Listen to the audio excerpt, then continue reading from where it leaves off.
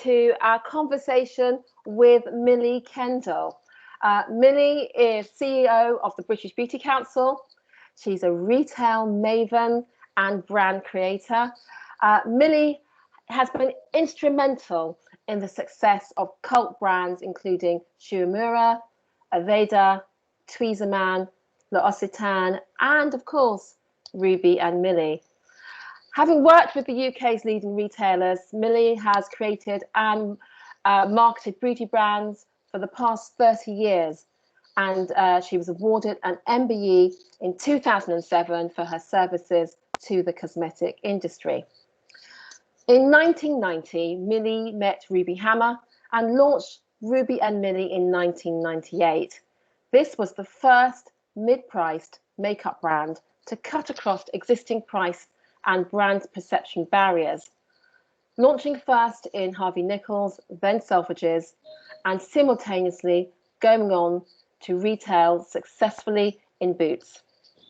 Today, this remains a modern retail growth strategy, but for the 1990s, it was a completely unique concept.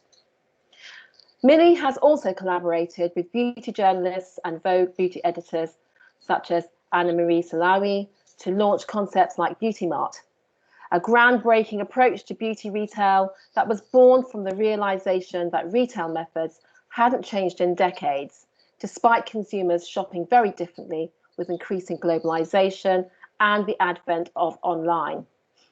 Beauty Mart became disruptive and groundbreaking in its approach to beauty retail. It was the first beauty boutique in store and online, curated by an editor, featuring a mix of multi-priced, globally sourced products that offered a more democratic choice for the customer.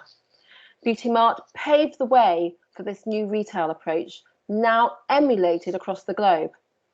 In 2015, alongside Salawi, Millie Kendall launched the PR company Brandstand Communications.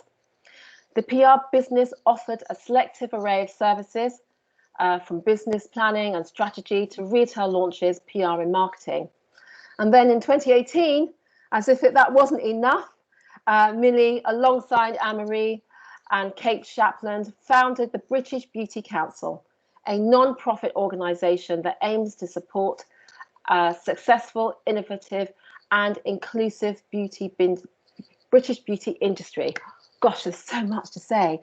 I think that ultimately, what I will say is that the British Beauty Council, when it was founded, it was really created to represent voices, opinions, and the needs of the British beauty industry, from hairdressing to cosmetics, cosmetic surgery, therapy, and spa, in education and training, and from formulation to manufacture.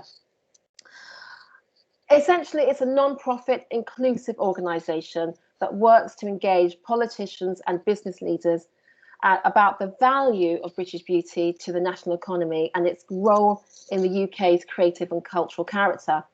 And as Millie says, their ambition is to ensure that the beauty industry is recognised and valued at all levels of government, throughout the wider economy and by consumers. That's me saying Millie's quote directly there. So can I just say welcome? Thank you. Thanks everyone to Millie. Oh my God. I feel like the cat with 9 lives. You've done so much. It's unbelievable. Phenomenal. I'm a bit of a jack of all trades, master of none, I think, in a funny way.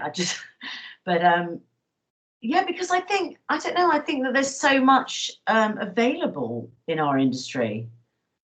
You know, from being an educator to being a leading makeup artist, you know, backstage at London Fashion Week, or, you know, there's so many different roles that people can have in our sector. So I just wanted to try them all, as you do. Well, that's really interesting that you say you want to try it all. I mean, that's one of the things that I constantly say to the students. Don't pigeonhole yourself. Yeah. You never know who you can be until you try it. Try everything. When I was about 13, I started working in a hair salon, and it was not because I loved hairdressing, actually. It's because my dad was a hairdresser, and it was the only place he could sort of put me where I wouldn't get in any trouble. And I really liked the money. You know, I liked the tips. Yeah. I had more money than any of my friends. So I was like, this is good. I can do this. And I like the consumer. I like the client interaction. I just love that feeling of talking to people and watching people, come in, with their shoulders hunched or round or, their head down, and then they just walk out with like a completely different persona. I just love that transformation. I thought it was amazing. I think that's one of the things we forget. We're in the business of changing people's lives. Yeah, and I think there's a lot that a lot of people talk about. When you look better, you feel better. But actually, when I look better, I'm okay with just looking better. I don't. I mean, intrinsically, you do feel better. But there's, I think for many, many years, and part of the reason why we set up the British Beauty Council was I was almost ashamed of the vanity of beauty. And actually, I've really learned over the past few years to embrace it, because it's not. Maybe I wouldn't call it vanity, but there's no shame in enjoying your appearance and embracing it, particularly in the past year when we've seen our whole world crumble. Yeah. Life has changed so dramatically. Just getting up in the morning and putting a bit of makeup on and sitting in front of this computer with the blue light coming at you, a little bit of makeup and some sort of, leave-in conditioner, although I haven't put enough in today, can make you feel so good, So, Yeah. I think there's definitely something to be said about the transformative benefits of our sector. Well, I think that looking at your career in the beauty industry, I mean, that's one of the things that I think is going to surprise everyone, is that you've had no formal education. You didn't do a degree in it. No. Do you know what? I would love to have a degree in beauty. It's a goal of mine. I'd like to be a doctor of beauty. I'd like a PhD in it. And I've always been. I think bizarrely, when I was younger, I was very into maths, and I think my mum thought I'd be an accountant because I was very good with numbers. But I like the fusion of numbers and sort of creativity. So I've got a weird mix of passions, I guess, really. But I was cocky and I wasn't a very good student. And really, these kind of courses weren't available when I was young. There wasn't, I'm 54 this year, so there just wasn't that. There was no available. This wasn't open to me. It wasn't a possibility. Either I worked in a hair salon for 3 years and became a hairstylist, and actually I ended up working in a hair salon for about 6 years washing hair, because I was never good enough to become a hairstylist, but I was really great at washing hair. So I just did that, really, and thought I'd just find something eventually. And then I discovered makeup, and makeup to me was just amazing because you could take it off if you did it wrong. Yeah, right. If you don't like it, change it. Exactly. And I loved it, and I loved the color, and also because my first sort of entry into makeup were a couple of brands, Il Makiage, Dermablend, a brand called William Tuddle, and Shuemura. And those brands are very numbers based and very spectrum based. And so I loved the fact that, to me, a color wheel and a color spectrum really married my sort of math side, and I could pull that together, and I really understood where color started and where it stopped and everything in between. I just could, to me, it was rational. I could understand it, and I felt really comfortable with it. Whereas with hairdressing, I never felt comfortable with it because it's based on geometry and how you hold the hair out to create different shapes. And I did not understand geometry at all. I still don't know the difference between an inch and a foot, and a centimetre, a yard, a millimetre. I can't visualise like distance, but I can see colour. It's bizarre. I think That's really sort of, interesting. I don't know. I just fell into it, and I just found colour very logical. There's just absolute logic in it. That's so interesting, because I think if you're on the outside looking in and you look at that area of the creative industry where you are dealing with colour, a lot of people find it illogical. It doesn't make sense why you would want to put one thing and match it with another, and have that clash of tones and Yeah, I don't know. I think it just hues. feels It very just frightens a lot of people. Yeah, I think you've either got it or you don't, but I think it feels very natural to me. Like I can see contrasting colours. I can visually look at something and go, I really don't like that. That doesn't work. Maybe you should change the tone of that. I can see colour really well. But I do think it's very similar to having a good eye for numbers in a weird way. And I'm not sure if that's just me or whether that is there's any truth behind that. But I do think that those two things for me marry quite well. Yeah, yeah. Whereas, you know, and so when I discovered makeup, I couldn't believe it. It was like my whole world just opened up. It was amazing. And then I got to fly to Japan and work with Mr. Shuamura and create new colours, because the colours, the sort of beige tones and brown tones, were very orange based originally at Shuamura, and I wanted to sort of have a few more green, sort of almost taupe colours that I thought would suit a sort of warmer, pinker sort of skin base better. So that was great fun. I had such a great time doing that. Felt so privileged to be there, and you know, being sort of the only white woman in a room full of Japanese men was at the age of sort of 19 was quite. That's amazing. Yeah, That's it was quite incredible. intimidating. I have to say, it was quite intimidating. But it was. They had this massive. It was a massive conference, and I was literally 19 years old, and I was sat there with all of these men who basically ran Shuamura, and I would sort of raise my hand and go, well, I don't actually think you should do it that shape, and I think maybe you should do it like that. And they would all look at me like I was mad. And he would say, well, why do you think that? And he would sort of encourage me to explain what my thinking was behind sort of a strategy. And I really kind of, I don't know, I really appreciated the fact that he took the time to sort of bring me into that conversation and helped and encouraged me to provide backup to my theory, if that makes sense. So yeah, it was really special. It was a special man. I've got a list of questions, but I'm going to ask you this one. How did you get to work with Shuamura? Okay, so this is a weird story. So my dad's a hairdresser, and he had a receptionist working for him. Her name was Marina, and she was a model. My dad used to hire a lot of models in the 70s and 80s to run reception. And one of them actually ended up going on to being one of the most famous photographers. Well, she passed away, but he was very good at sort of spotting this great talent to sit at reception. Anyway, her name was Marina Strong, and she was a model, and she had been modeling in Japan, and she had met this guy who was the raw material supplier for Shuamura, and the company's name was Tomen.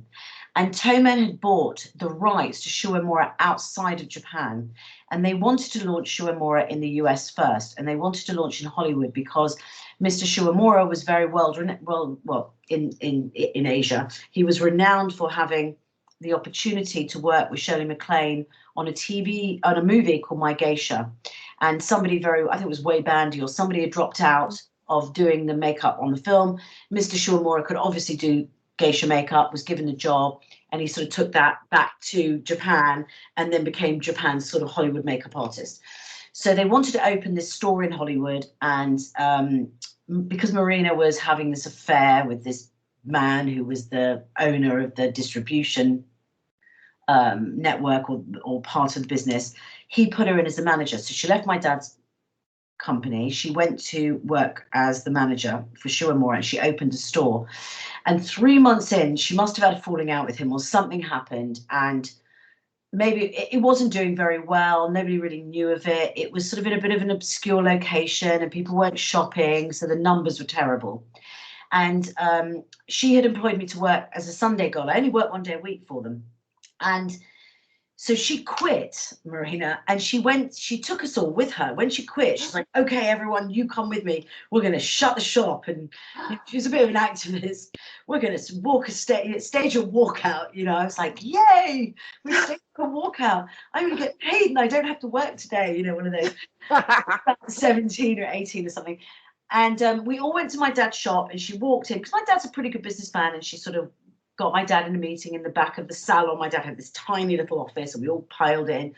And my dad just looked at me and he said, well, what are you doing here? And I was like, oh, we just staged a walkout. And, you know, Marina said we have to leave. And he's like, why don't you go back and take her job? And he looked at her, and the look on her face was shock. and the look on my dad's face was like, he was so serious, and I thought, oh my God, he's right. So I went back, went to the office, went to our immediate sort of line manager, and I said, I'll do it, I'll run the shop. And he really didn't have much choice because he had nobody else to do it, and they needed to get the shop open. And I opened it. I hired all my friends, and within 3 months we turned a profit. Oh my God. But because we loved it, you know, we just absolutely wanted to be there all the time. I would go in every morning at like 8 o'clock, wouldn't leave till 10, 11 at night. I didn't even bat an eyelid that we were there all day. I never really had a shift, or you know, I didn't clock in and clock out. I just stayed there all day. I lived there, loved it. It was great. And so obviously, you know, Shu and more, I was then invited to go to Japan a year later, to this conference. And that's where they asked me to come to Europe and help them open in Europe. I did New York first, and then I came about 6 months later. My God. Yeah. It was crazy. In between which, I had a couple of career fails. So in between which, because the store was doing very well at that point, I was headhunted by Max Factor, who wanted me to work in their marketing department. But I just sat in there and I saw all these women walking around in these like sort of awful polyester suits, and I thought, that's not for me. You know, I'm running a business. I'm so enjoying it, you know, and I get to work with all of these amazing people who have gone on to be, you know, leading makeup artists, Gillian Dempsey, Molly Stern, you know, just amazing talent. And we had such a good time back then. Those were the days. But it does smack of like, do what you love. Do what you love. Yeah, I loved it. I absolutely loved it. I just, you know, there was nothing, you know, I still say that it was probably the best job I've ever had. And, you know, and I got to do what I loved every single day, and there was nothing that could keep me away from it. Yeah. You know, we would come up with ideas, you know, sell products you hate, you know, or, you know, everyone has to sell one black lipstick a day, or, you know, or Yeah. It was just, we just made it fun. It was great. Oh my gosh. And it was unknown, and no one could say his name, and no one knew he was a makeup artist, so you could tell his fabulous story, and yeah, it was fantastic. Yeah, the narrative, the story is everything. You've got to have the story down pat. Yeah. So, you know, I'm just thinking about, you know, because I'm aware that we're talking to an audience of undergraduates here, and I think that's one of the things that they're going to be curious about, is whether you think it's possible to rise through the ranks like you have without going to university.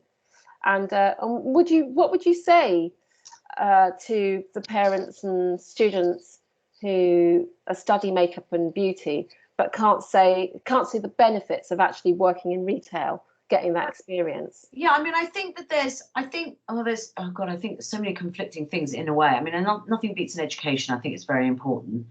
But also equally, nothing beats that experience of working on the shop floor. So the benefits of working on the shop floor are not the hours and not standing all day, I can tell you that. But you get to deal with real people. So if you are applying, you know, whether it's doing someone's hair or applying someone's makeup, you are really dealing with people that aren't models. They don't have perfect lips, you know, even and if you want to work red carpet, for example, actresses do not have perfect faces and perfect lips like models do. So, you know, it doesn't hurt to consult a teenager with very bad acne and show her a way to improve the benefits of, you know, to improve her skin with the benefits of skincare, and to help her apply makeup so that it's not plastered on, it's just, you know, enhancing, because as an element of, you get so much back from making people feel confident about themselves in real time. Also, you are dealing with asymmetric faces and people with skin conditions and things that sometimes your job, if you are a jobbing makeup artist, will throw at you.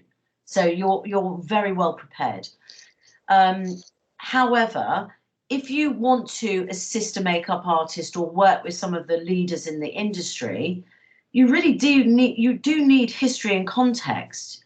It doesn't hurt, and actually in many cases it's very much an asset to know who Way Bandy is, or to know what was going on in Hollywood. Like William Tuttle was one of the Hollywood's most incredible makeup artists. You know, historical context is critical, I think, and not just in terms of makeup artistry, but in terms of hairdressing. And you know, one of the things I love about social media is you can find these amazing videos of like old hairdressers, and Yeah. you know, there were people were wearing blue, pink, and green hair in the 50s. You know, it's not new, and having that kind of historical context, I think, is really critical. I have to say, when I'm hiring people, I oftentimes will throw out a bit of a curveball in terms of some historical fact that I feel is really important to know or research, because I think that, you know, you could go on a job, whether it be TV, film,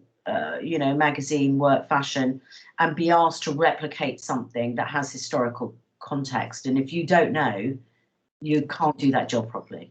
No. So I think education is really important, and also it does create teamwork. You know, you work as a team most often in this industry. I mean, I think it's one of the things I love the most about our sector. Very often you are working with a team, whether you're in a salon, in a shop, on set, you know, on a film. You can be on a film and there are 90 makeup artists doing crowd, you know, so you really do need to work and learn how to work as a team. And I think that's, but I do think a mix of both. I think it's very important. And if you look at retail, if you look at people like, you know, the Chapman sisters, they both worked in store. Yeah. You know, Yes. Hirons, and I hired her for Aveda originally. There are, you know, people that work in store. Oh, look, there's me very badly cutting the hair of a homeless man, and I had to use clippers, and I was so worried I was going to take his ear off. So I've got somebody else to do around the ear area, because I was a bit worried it was going to go. You never know when it comes in handy, though, right? The training. Well, yeah. I mean, what this lot aren't aware of, and what we've done in the past, and we're going to go back to, we have worked with a homeless charity in Winchester, doing their hair for a variety of people, and makeup. So we're hopefully post lockdown, we're going to be going back to that and supporting others. I think a good rule is learn for as long as you can until you can't afford to anymore. Learning is everything. You know, I would continue to learn. I mean, now in my job, I've never learned so much in the past year in my life. I mean, this morning I had signed a letter that we wrote with the word moratorium in it regarding rents for salon owners. I've never used that word in my life before. Had to look it up. You know, it's just, sometimes, you know, you just think these things kind of come at you and you're never quite sure, you know, what's going to sort of be thrown at you. So I think, you know, study for as long as you can. So thinking about that letter that you wrote, I mean, many of us have heard the recent opinions of politicians undermining the value of beauty. Yeah. What would you say to those individuals who want to see? What do you think that they want to see from students who are studying makeup and hair? Okay, so I'll sort of rewind a little bit. So the raison d'etre for the British Beauty Council is, I probably didn't realise it, but I'm a bit of an activist, and that's probably been in every job I've had, but probably lends itself more suitably to this. Yeah. And just years and years and years of frustration of not being taken seriously, of, you know, you're sitting at a dinner party and you've got a boyfriend who's a professor of, you know, physics at UCL, and you're sitting there with his academic friends and you sort of talk about what industry you're in, and everybody just turns away and talks to somebody else. And I was like, whoa, hold on a second, I'm not stupid. You know, exactly. Just that's, you know, endless frustration of, you know, you see them in Parliament, you know, every time they mention hair or nails, everybody laughs, you know, it's like a stock joke. Hopefully it's about Boris's hair, not necessarily about our industry, but, you know, just decades of experience of not feeling like we're taken seriously. And so when we started the British Beauty Council, it was really stemmed from that frustration of our sector isn't taken seriously. And I did believe at that time that we had some real economic value, as well as the things we know, where, things we know where we give people confidence and we're great for people's well-being and all the things that we know, and we're very inclusive. And if you feel like you don't fit in anywhere else, oftentimes you come to this industry and you might work in a hair salon, or there's lots of sort of areas where we really do great stuff. But we are a little bit of the sort of poor relation to fashion, in that we've been beaten with the stick a lot. You're damaging the environment, you're non-inclusive, you're this, you're that. And actually, I wanted to sort of delve further into all of those things and sort of create research that could provide proof that we were better, or that we were how I saw us as a sector. And so, because if I felt like if I could turn the heads of people that weren't in the industry, because otherwise I'm just talking to everybody I know and everybody agrees with me. Yeah, we're really great for well-being. We're not that bad for the environment. We actually use an enormous amount of natural ingredients, all those great things. Yeah. But outside of our world, people don't know that. They just see us as vacuous, fluffy, powder and puff, blonde, stupid, frivolous, and I just couldn't take it anymore. I just got to the point where I was like 50 years old, Brexit, Donald Trump, the world was going crazy. I was like, okay, you need to kind of own your own destiny, and you need to really push forward and kind of change the perception of this sector. So we started with a valuation, and now that valuation, which is £28.4 billion, is literally quoted everywhere since 2019. So it is the most quoted valuation, I think, of any sector, and it is absolutely talked about by all government officials, media, everyone talks about the value of the beauty industry. And I have to say, the 6 months that we were doing that research, we paid a very, very, very well-regarded organisation of academics from Oxford University to do the work. I thought, what if it's not as large as I thought it was? I mean, everyone had talked to me about it being around £9 billion. And I thought, what if I've done this whole research, I've publicised it, and it comes back and it says, oh no, you're only worth 5 billion. Music's worth 5 billion, film, TV worth somewhere between 5 and 7 billion. Even pubs is 23 billion, and it came back at 28.4. Oh my God. It's like, oh my God, thank God, because it could have come back with not. And so, I took a bit of a punt on that, and I think that has really helped to steer where our industry is heading. And just for all the students on this call, you can download that report. It's called The Value of Beauty. You can download it for free on our website, and it's a really interesting read, because in 2018, 65,000 students took an MVQ level 2 and 3 in hair and beauty multidisciplinary. So there's a lot of people that are going into it at quite a young age. I don't think they're sticking with it. And I think that's probably because they're sort of funneled in from non-academic areas. If their teachers at sort of GCSE level don't think they're going to be academic, they move them into the sort of more vocational courses. But I don't think they stick with it. And one of the goals of the council is to provide a sort of portal with ideas for careers, because not everybody is going to be Mary Greenwell or Pat McGrath or Sam Knight, but there are amazing things that you can do that are equally as brilliant, but maybe don't have the profile. So it really is about, and also if there's that many kids going into hair and beauty, 65,000, and we're not recruiting them on the sort of job side, where are we losing them? Why are we losing them?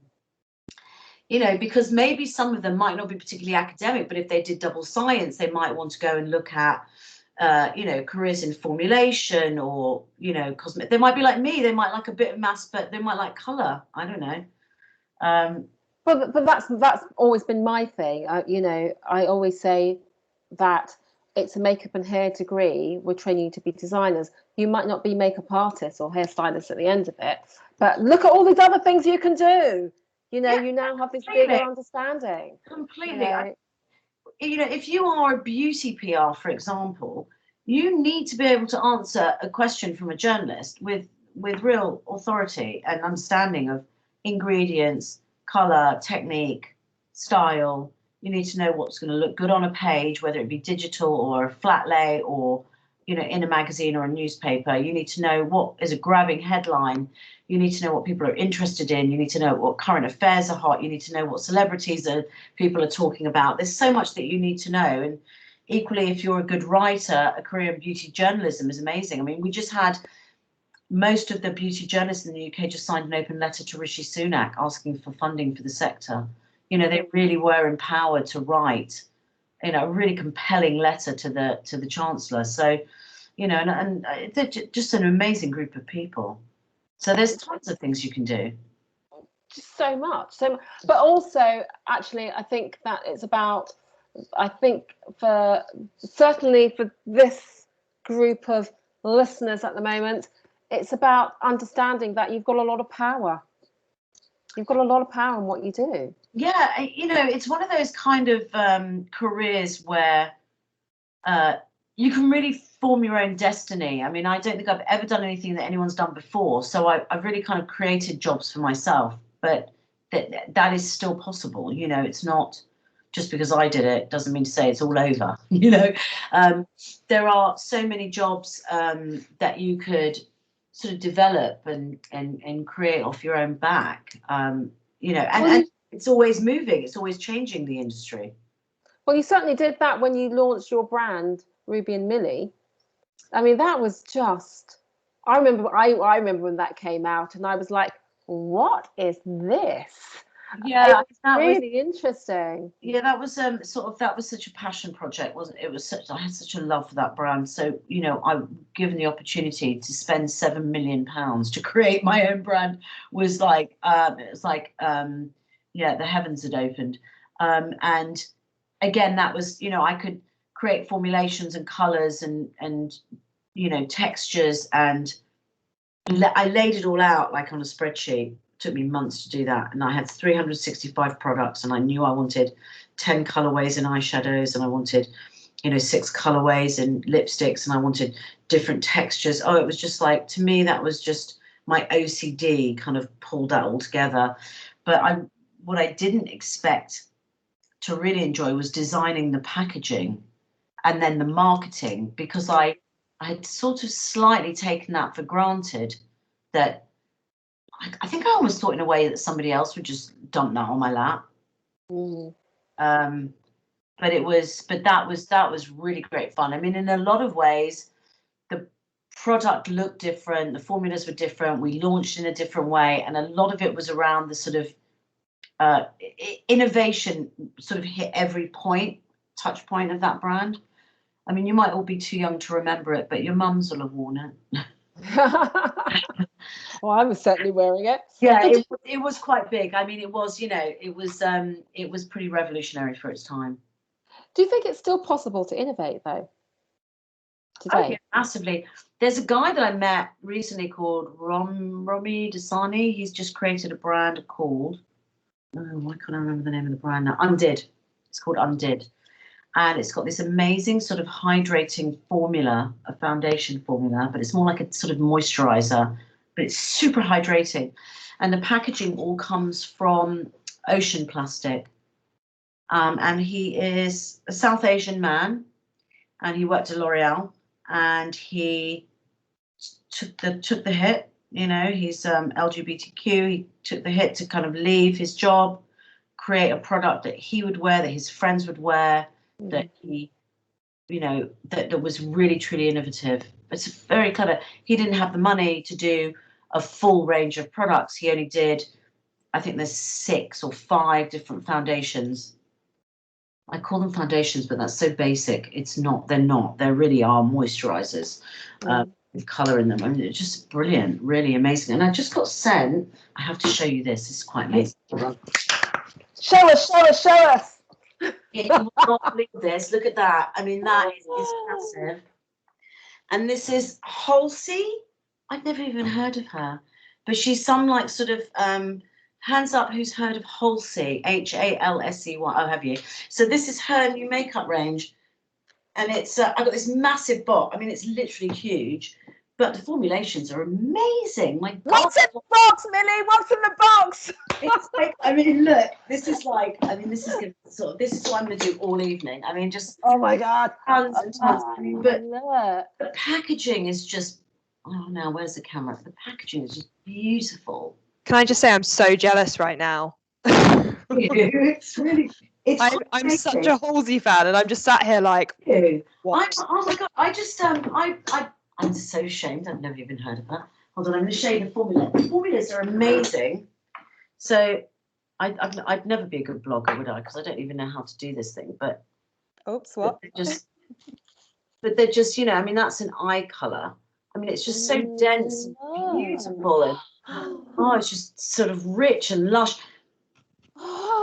Millie, you know I wrote that bio. Just saying. Yeah.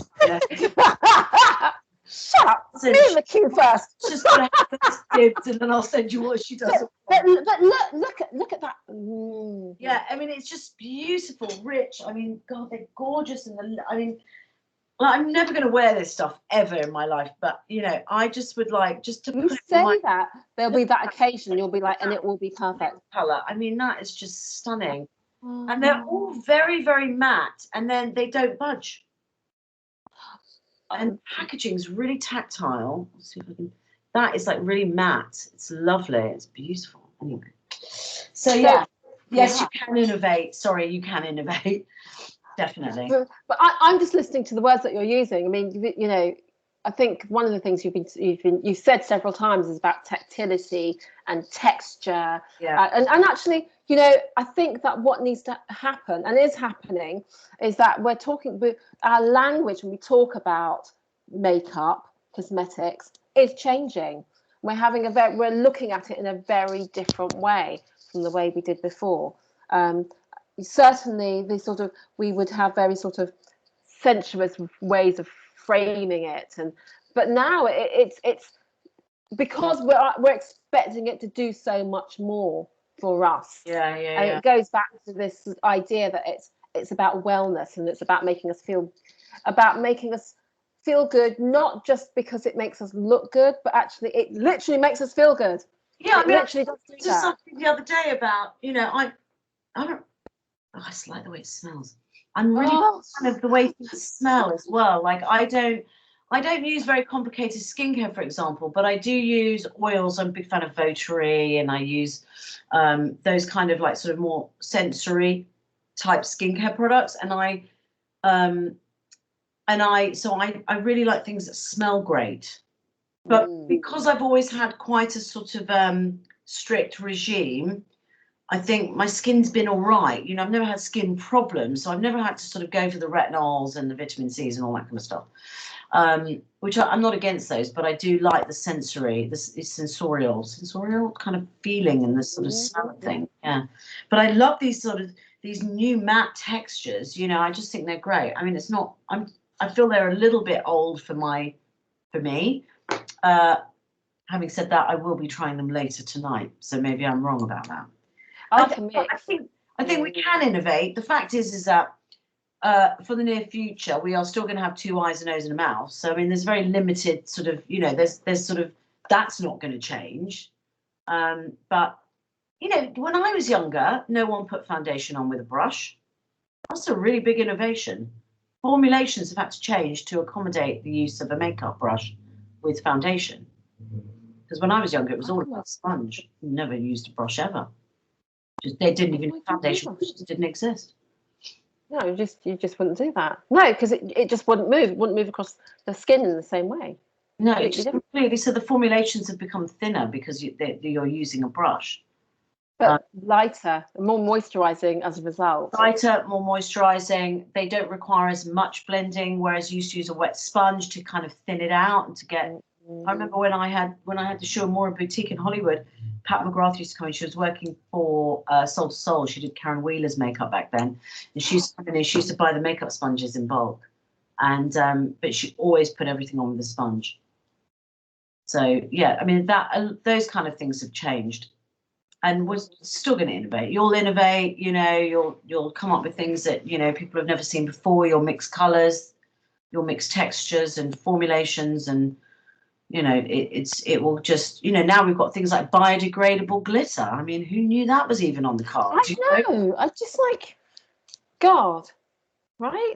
Yeah, I think that so many elements of what we've been through this past year will be prevalent in products of the future. And I really think that, I mean, I'm always pushing the students to reflect on their own experiences, because that experience is going to inform their choice in products, their recommendations, how they use it, what they decide not to use as well. Let me give you a bit of a tip I've been thinking of, and you heard it first. I think vitamin D is going to be critical in skincare and makeup, in terms of the fact that we now know that the more vitamin D we take, because obviously we haven't been outside as much, the safer we are in terms of COVID. They're always talking about that in the news, aren't they? Yeah. And people in this country, we have a deficiency of vitamin D. And so I think that all the other vitamins, I really do think vitamin D is going to be very important in terms of formulation. Well, this is where I think it gets really interesting, and this is, I'm just going off on a tangent, everyone. Only because of black skincare brands, I'd like to think that if they focus on this, they could lead in this, because of course vitamin D in black and brown skins is completely, you know, completely necessary. I mean, I'm so deficient. It's not, and I'm popping vitamin D left, right, and centre, and I'm still deficient. So, you know, I think that's going to be. I've been taking vitamin D heavy doses for the past 2 years now, and I see a nutritionist, and she said I'm still deficient. I mean, you know, that's a really common problem, isn't it? So you're supposed to layer it. You've got to do the vitamin D protocol. Yeah, I think that I think also you have to have a good liver. If you've got an inflamed liver, you can't absorb it. No. With a big problem. But I do think that that's going to be, I think that'll be sort of in the short term, vitamin D becoming more important in products. And yeah. Well, talking about sort of the impact of this pandemic, and I'm going to ask one more question before I open it out to the students. COVID.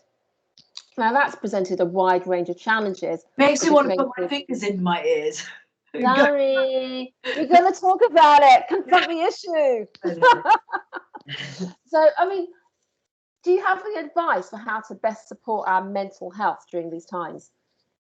Oh, God, that's so difficult. Well, I can only tell you from experience what I've done, and I'm not sure it's the right way to do it, because who knows what the outcome is going to be in a year or two from now. But I've just kept busy and worked through it. I've not had a day off. I've worked really hard. I've overworked. I haven't made any money, but I have done as much as I can do to help other people. So I have gone to cut hair for homeless. I have worked with all our charity partners.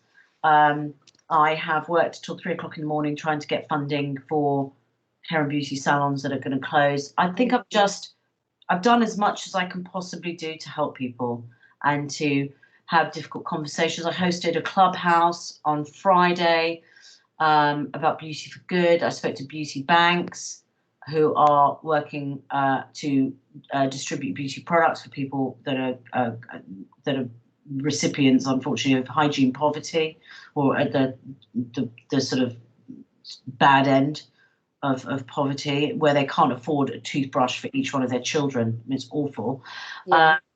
And also the founders of the C List, where they've created a platform for people with cancer to have sort of to be able to purchase bona fide, sort of almost mid to premium products that are safe for people who are going through chemotherapy, and having difficult conversations that people don't want to have with people that are doing really great things. I don't know, you know, there's something about, it's not, helping other people isn't just a selfless thing. It's actually really selfish in a way, because I get so much back from it that it's helped me to get through what is probably one of the worst years of my life. And I can't, and also have a good cry. Cry all the time. All the time. Sometimes Diana, who's now our head of partnerships at British Beauty Council. Sometimes she calls me up and she's like, I can hear it in her voice. She's just about, I'm like, do you want to go? She's like, we both just cry on the phone. So, I mean, I think keep busy, help other people, and have a good cry. You know, Friday nights are really good for crying.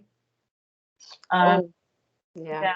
But I do think that, you know, sign up to a charity. There's a really great charity called Skin, which you can find all the charities under affiliates on our website, and they teach you in a very short course, and they're a charity, so any money that you pay goes straight to the charity. They teach you how to spot the signs of skin cancer on clients, which is a really good thing to have, because if you are doing makeup or hair or body or something, you are so close to your client or your model that understanding the different types of skin cancer is really helpful in terms of prevention. There's also another charity we work with called the GUNK Barber Collective. So they do a course where they teach you how to spot the signs of mental unrest in men. It was started by a guy who lost his best friend to suicide. And obviously this is a thing that affects a lot of young men.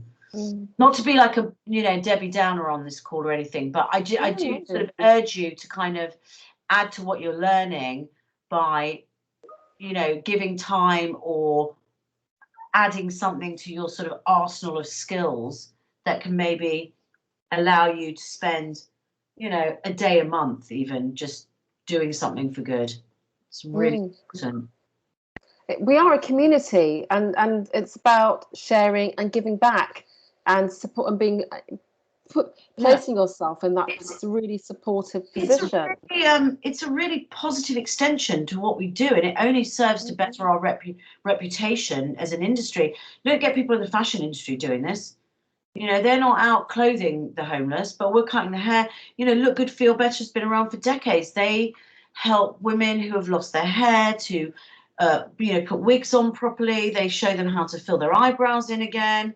You know, honestly, there are so many amazing charities that we work with. It's just, you know, that to me has kept me going. Really has.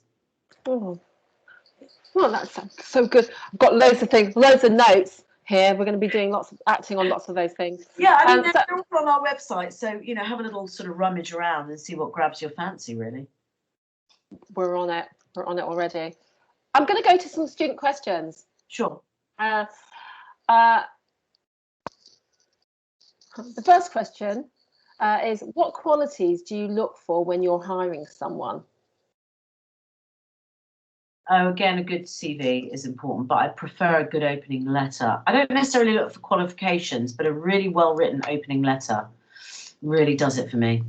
And also, again, it's that sort of historical context. And also, I don't like people that don't listen to. I don't like people in my office that listen to rubbish music. I just can't. Sometimes I have to sort of say, could you please turn Shit FM off? Sorry, I shouldn't be swearing on that. No. You know, I just musical taste is everything when you're working in an office environment. No, I do think references and, you know, what you know that can add to the genre, you know, and a good opening letter is just crucial. Is everything. Don't write me an opening letter and put somebody else's name in it. You get those all the time, you know, where they send a generic letter out and they haven't actually checked that it's not to you. You know, you're applied to another position somewhere else. So. Or they do I've always wanted to do this ever since I was a little girl. And in my head, I'm like, yeah, exactly. You know, you want people to come to the table with something interesting, something that is inspiring. So, yeah, I think that's really important. I don't know. I get a good feeling. I must have employed hundreds and hundreds of people over the years. A lot of them have gone on to be incredibly successful. One of my very first interns ended up creating the social community for Sephora. She was in charge of all their digital community piece in San Francisco. I mean, you know, amazing. They've gone on to do amazing things, most of the people that have worked for me. And I really do applaud them because they were hungry in the beginning. But I think I just get a sixth sense with somebody. And like I said, it always helps to have a really good opener. Yeah. So another question. Was there any backlash you received as to why some people in the industry shouldn't work during the pandemic? Oh, on a daily basis. Yeah, God, yeah. I mean, I literally have not slept for a year. Yeah, so obviously the rules have changed for every lockdown. In the first lockdown, everyone was locked down, and then they could come back, and then TV and film could work, but salons couldn't open, so that was tricky. And it wasn't shoots, just TV and film, so no fashion shows, no shoots, but TV and film, and that was because of the level of insurance that those productions have on set.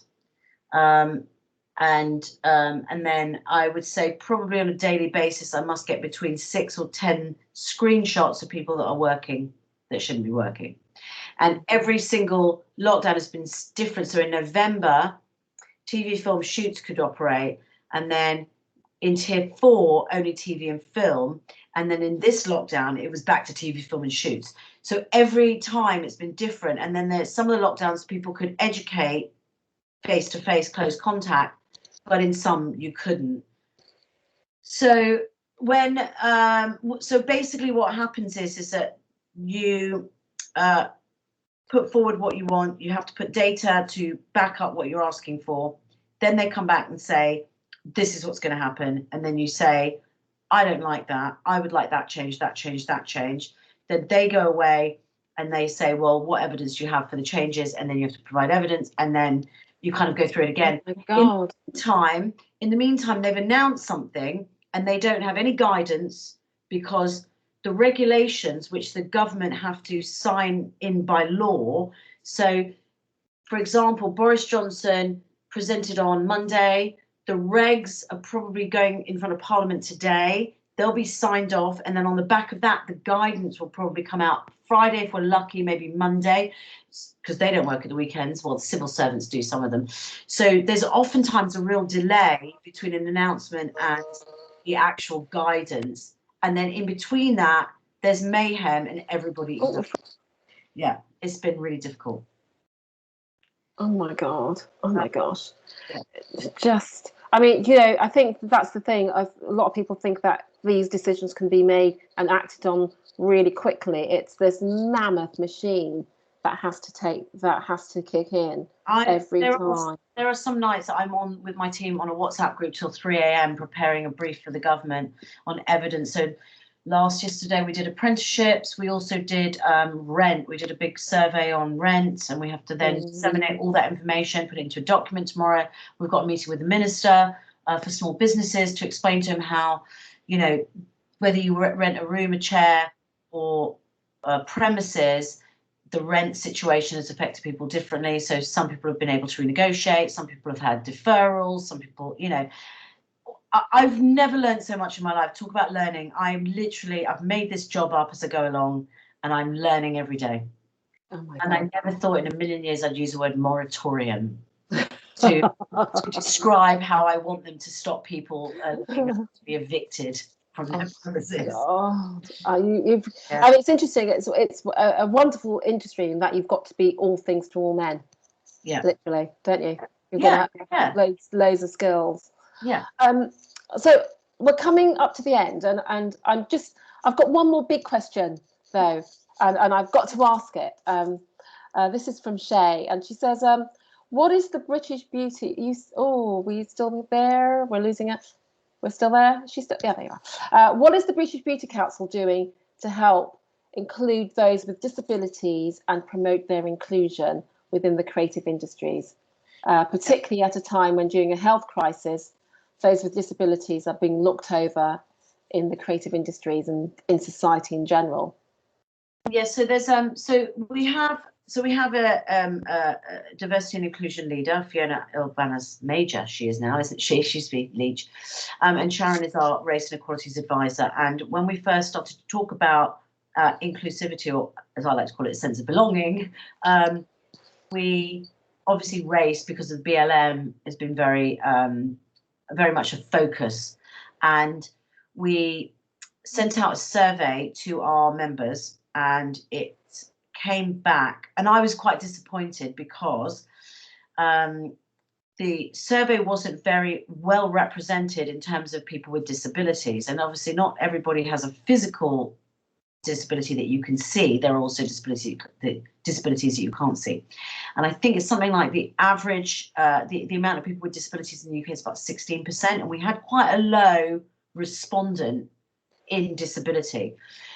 So we decided to break out the various different topics within inclusivity and have different think tanks and town halls around these different topics. So, for example, one of our patrons, our advisory board members, she is sight impaired. So I think that's oftentimes overlooked in our sector. You know, we don't acknowledge that, particularly when we're making product. There's not that many brands with Braille on. There are real challenges with people that can't see well. So, so we will be holding a town hall on inclusivity and disability. I'm not sure of the date, but keep an eye out on our events listing if that's something that you want to take part in.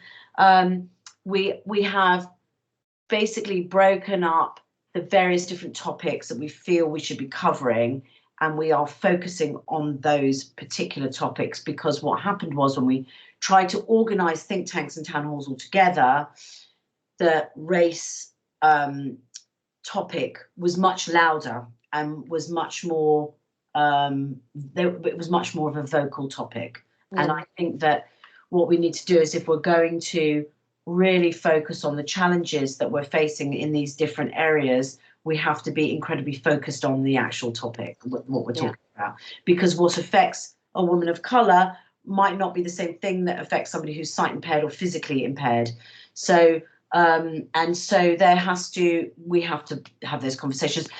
I'm not afraid of having those really difficult conversations. I find them incredibly emotional, and as Sharon can tell you, I cry on every one of those meetings. I really do. I get very emotional because they're very, it's very, very hard to sit and hear from somebody that feels like they've been marginalised or overlooked or not focused on for a particularly long time. You know, in an industry that I've always seen to be very inclusive. So to hear that it's not, and to hear that people have been left behind is very difficult. But we have to hear from people in order to be able to advise the brands and the people working in the industry what they need to do to make changes.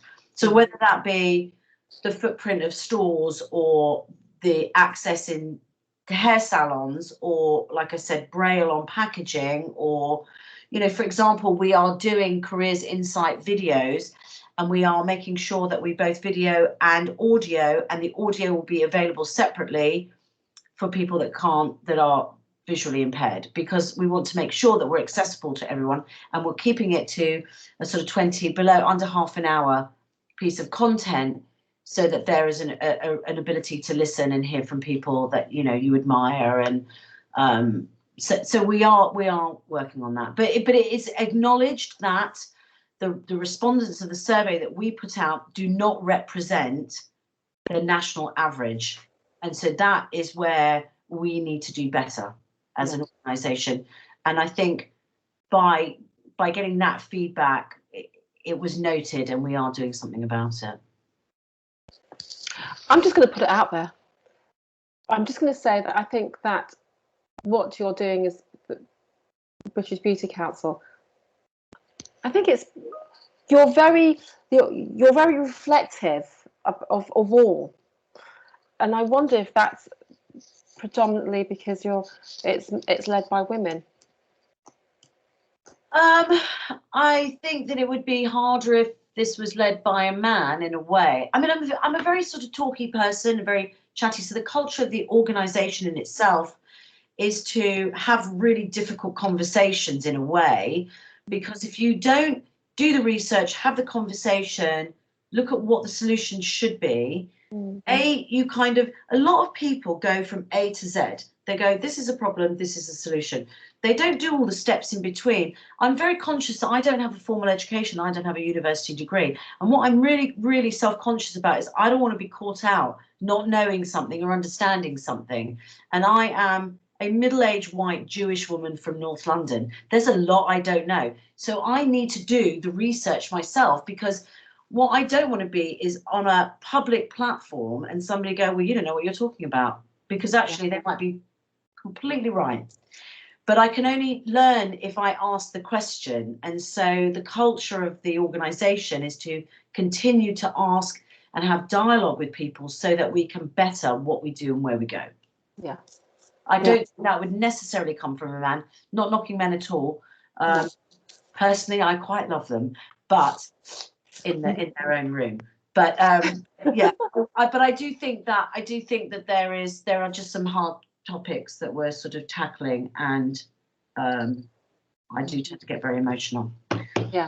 No, that I'm taking HRT. Which I should have done and I didn't do, and I regret. But thank you. Thank you for that. It's only because I think that actually, if we're thinking about, for all of us going forward into this industry, it's really important to understand that actually you as students listening to this have got the power. Yeah, you really do. You're our future. Just one other thing to say. I've got a meeting in a minute, which I know actually is in 45 minutes. We are creating a student zone on our website for you all. And so basically, we've got 2 levels of membership. One is associate membership, which is free, and you just get the newsletter, which is actually really informative. So I would sign up for that anyway. But then you also, there is a sort of paid membership, which is £4.95 a month. And that's the members zone. And that's sort of more in-depth reports and lots of content and webinars and careers talks and things like that. What we're doing is we're creating a free student zone that will have some of the content in the member zone that's pertinent to students. So all the careers insight, webinars, audio, all of that will be available in the student zone. And we are launching that for National Something Week, National Student, is that right? Next week. Next week. So yeah. And thank you for that, because I was going to segue into that. You guys need to sign up, make sure that you are part of this. And we can't do it for you. We can only show you the way. The rest of it is up to you. And read The Value of Beauty, because we'll be quizzing you on that later. No. Yes. I so will. Level 5. Here comes your homework. Yeah. I love giving people homework. It makes me feel really important. Yeah. Thank you. Can I just say, everyone, can you do a lovely Dropbox thank you? Chat box thank you to Millie. Thank you. No, thanks for having me. I really enjoyed it. Yeah. Thank you. And if there are any other questions that you think are really important that have come out of this, that you feel that we haven't touched on, will you let us know? And thank you, Millie. Yeah, and just ping any questions you have, if you could, throw them at us, Charlotte. That's, and Charlotte, send me your address. Oh, on it, will do. And everyone, have a great day. This has been wonderful. It's been really great for our mental health. Actually. Oh my God, yeah. Millie, thank you so much. It's really great for me. It's like you've lightened my day. Usually I'm sitting in on a government meeting with a bunch of men on listening to me. They're flicking through their phones while I'm talking. So this is lovely. Thank you so much. And people, I need your feedback for GUNK World. I'm going to say this until I don't explode. I've put the link in the chat. You literally can't miss it. Get that feedback in that forum, please. Otherwise, I've got nothing to send out to all these amazing speakers other than me. And they've already heard from me. They don't want to hear from me. They want to hear from you. So, I put your names in. Network smart. Okay? I'm literally giving on a platter. So come on, please get that forum feedback in. All right. Be nice. Oh, you there you are. The chat. They are being very nice. It's all love. Really inspiring, as always, Millie, as always. Thank you so much, guys. I'm going to run because I've got a meeting that I need to jump in on, apparently. Yes. All right. Some love to you guys. Thank you, Millie. Thank you, everyone. Bye. Bye. Bye, everyone.